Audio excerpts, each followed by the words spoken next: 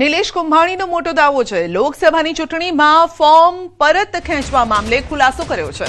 પાટીલ કુંભાણીની મુલાકાત બાદ આ ખુલાસો થયો છે. પોણા 2 વર્ષ બાદ રહસ્ય પરથી પડદો ઉંચકાયો છે. કોંગ્રેસ સામે 2017નો બદલો લીધો હતો. કુંભાણીનું કહેવું છે તો પૈસા લઈને કોંગ્રેસે ટિકિટ આપી અને બાદમાં કાપી નાખી હતી.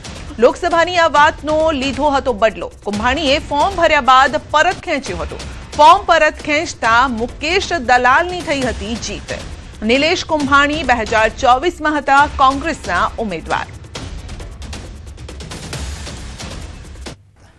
નિલેશભાઈ નગરસેવક તરીકે કોંગ્રેસમાં સુરતમાં રહ્યા હતા, ત્યારબાદ વિધાનસભા 2017માં ચૂંટણી માટે ફોર્મ ભર્યું, પ્રચાર કર્યો અને છેલ્લે તમારું ફોર્મ કપાઈ ગયું હતું. આ ગુસ્સો તમારો હતો અને એનો બદલો તમે લોકસભાની ચૂંટણીમાં લીધો હતો.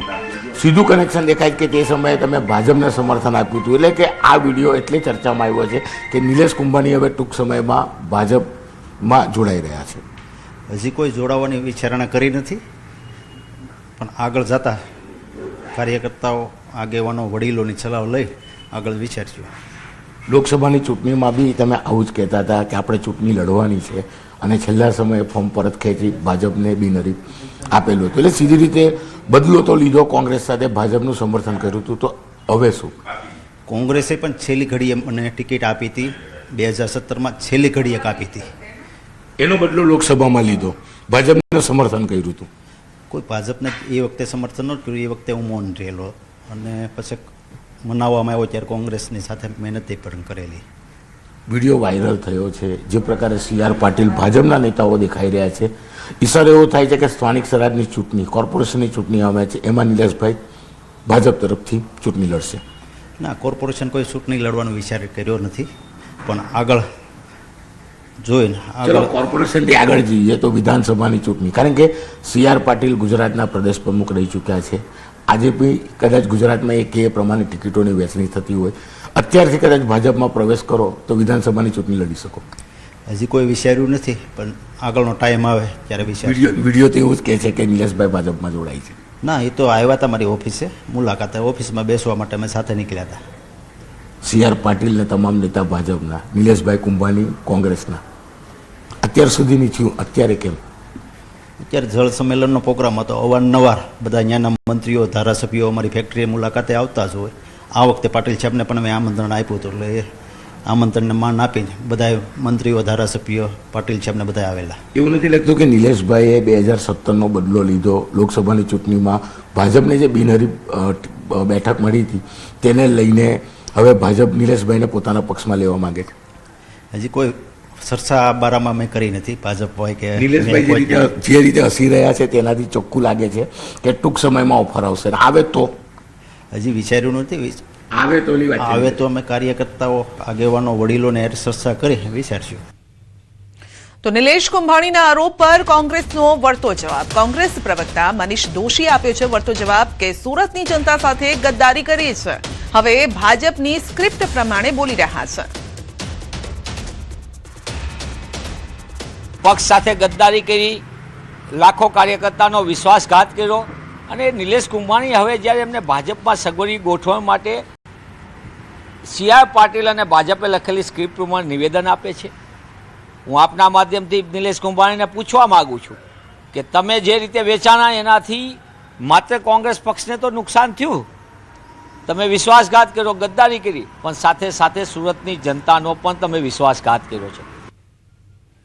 કચ્છના ભચાઉમાં એક જ વિસ્તારમાં 2 અકસ્માત સર્જાયા. બંને વખત 2 સ્કૂટર ચાલકો સામસામે ટકરાયા.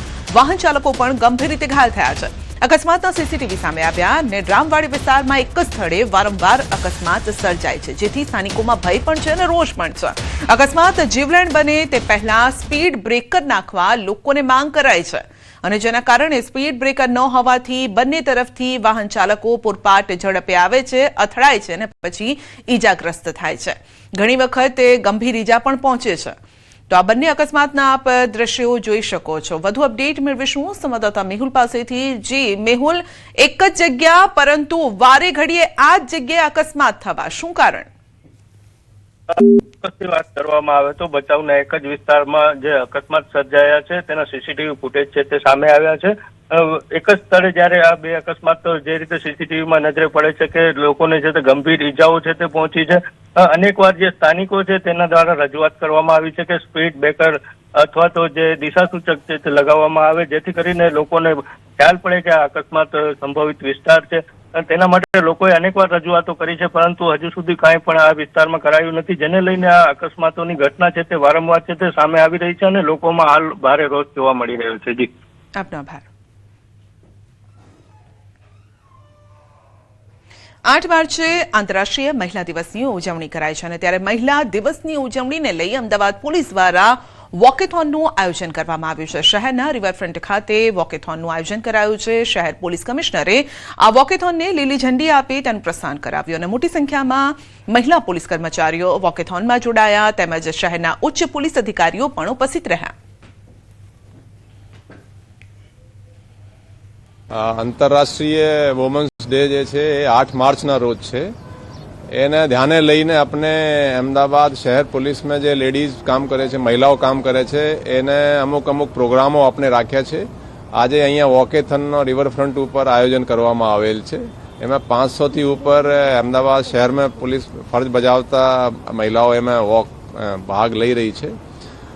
હાલમાં જોઈએ તો આપણા મહિલાઓના જે કામ છે એ ડ્યુટીની સાથે સાથે બીજા પણ કામો હોય છે, ઘરના કામ પણ જોવાનું. અને પણ અત્યારે બધી જ જગ્યાએ તમે જુઓ તો બરાબર એ વ્યવસ્થિત રીતે કામ કરી રહી છે, કંધામાં કંધા મલાવી પુરુષો સાથે કામ કરી રહી છે અને પોલીસમાં પણ એ ખૂબ જ સારી રીતે